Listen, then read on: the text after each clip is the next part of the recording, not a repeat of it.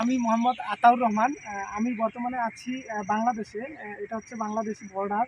এখানে আপনারা দেখতে পাচ্ছেন যে বাংলাদেশি একটা পিলার রয়েছে, যেটা ইন্ডিয়া এবং বাংলাদেশকে পৃথক করেছে।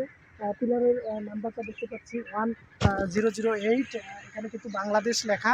হ্যাঁ, তো এর পাশেই কিন্তু হচ্ছে ঠিক এই পিলারের পরেই হচ্ছে ইন্ডিয়ান সীমানা, যেখানে একটা ইন্ডিয়ান নাম্বার দেওয়া আছে পিলারে, সেটা হচ্ছে 1008 ইন্ডিয়া।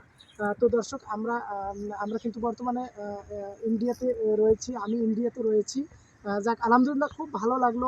অনেক দিনের আমার স্বপ্ন এবং সাধনা ছিল যে আমি ইন্ডিয়াতে আসবো, এসে দেখবো ইন্ডিয়ান কাঁটাতারের বেড়া দেখবো। যাক, আলহামদুলিল্লাহ, খুব ভালো লাগলো। ওই যে সামনে দেখুন ইন্ডিয়ান কাঁটাতারের বেড়া রয়েছে, যেখানে কিছু দর্শনার্থী যেনারা দেখতে আসছেন ওনারা ওই যে দেখুন দেখতেছে, এবং সামনে কিন্তু বিএসএফ ক্যাম্প রয়েছে, এবং আপনারা দেখুন একটা ঘর রয়েছে, যে ঘরে বিএসএফ ক্যাম্প আর কি, যেটা, এবং সামনে একটা গেট রয়েছে।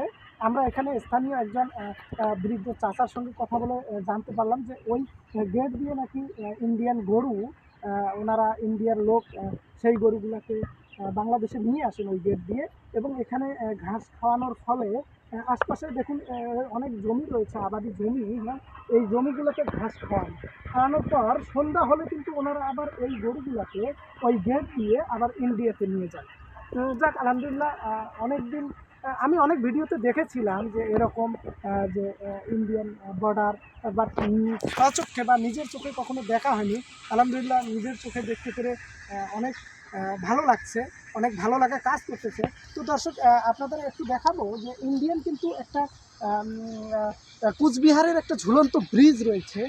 আপনারা একটু দেখুন, একটু জুম করেন। সেটা হচ্ছে একটা ঝুলন্ত ব্রিজ দেখা যাচ্ছে, যে ব্রিজটা মূলত বাংলাদেশে না, এটা হচ্ছে বাংলাদেশের কাতারের পরে, অর্থাৎ ইন্ডিয়াতে ঝুলন্ত ব্রিজটা অবস্থিত।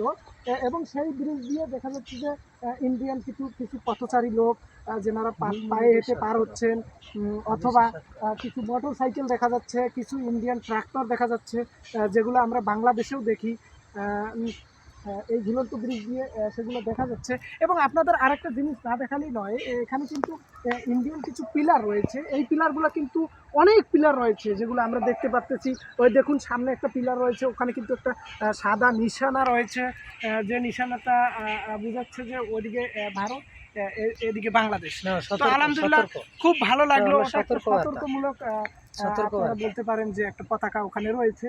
যাক, আলহামদুলিল্লাহ, অনেক ভালো লাগলো। আমরা এখানে ঘুরতে এসেছি। যাই হোক, প্রথমে এখানে একটু কৃতজ্ঞতা প্রকাশ না করলে নয়। আমার ছোট ভাই ফরাদুল ইসলাম, সে অনেক কষ্ট করে, অনেক লং ড্রাইভ করে, মোটরসাইকেল জার্নি করে আমরা 3 জন এসেছি এখানে। তো আমি আমার পরিচয় আপনাদেরকে দিয়েছি, মোহাম্মদ আতাউর রহমান আমি, এবং আমার সঙ্গে রয়েছেন আরেকজন আমার শ্রদ্ধেয় চাচা, জনাব মামুনুর রশিদ, যিনি কিন্তু very nice man, and she likes tour.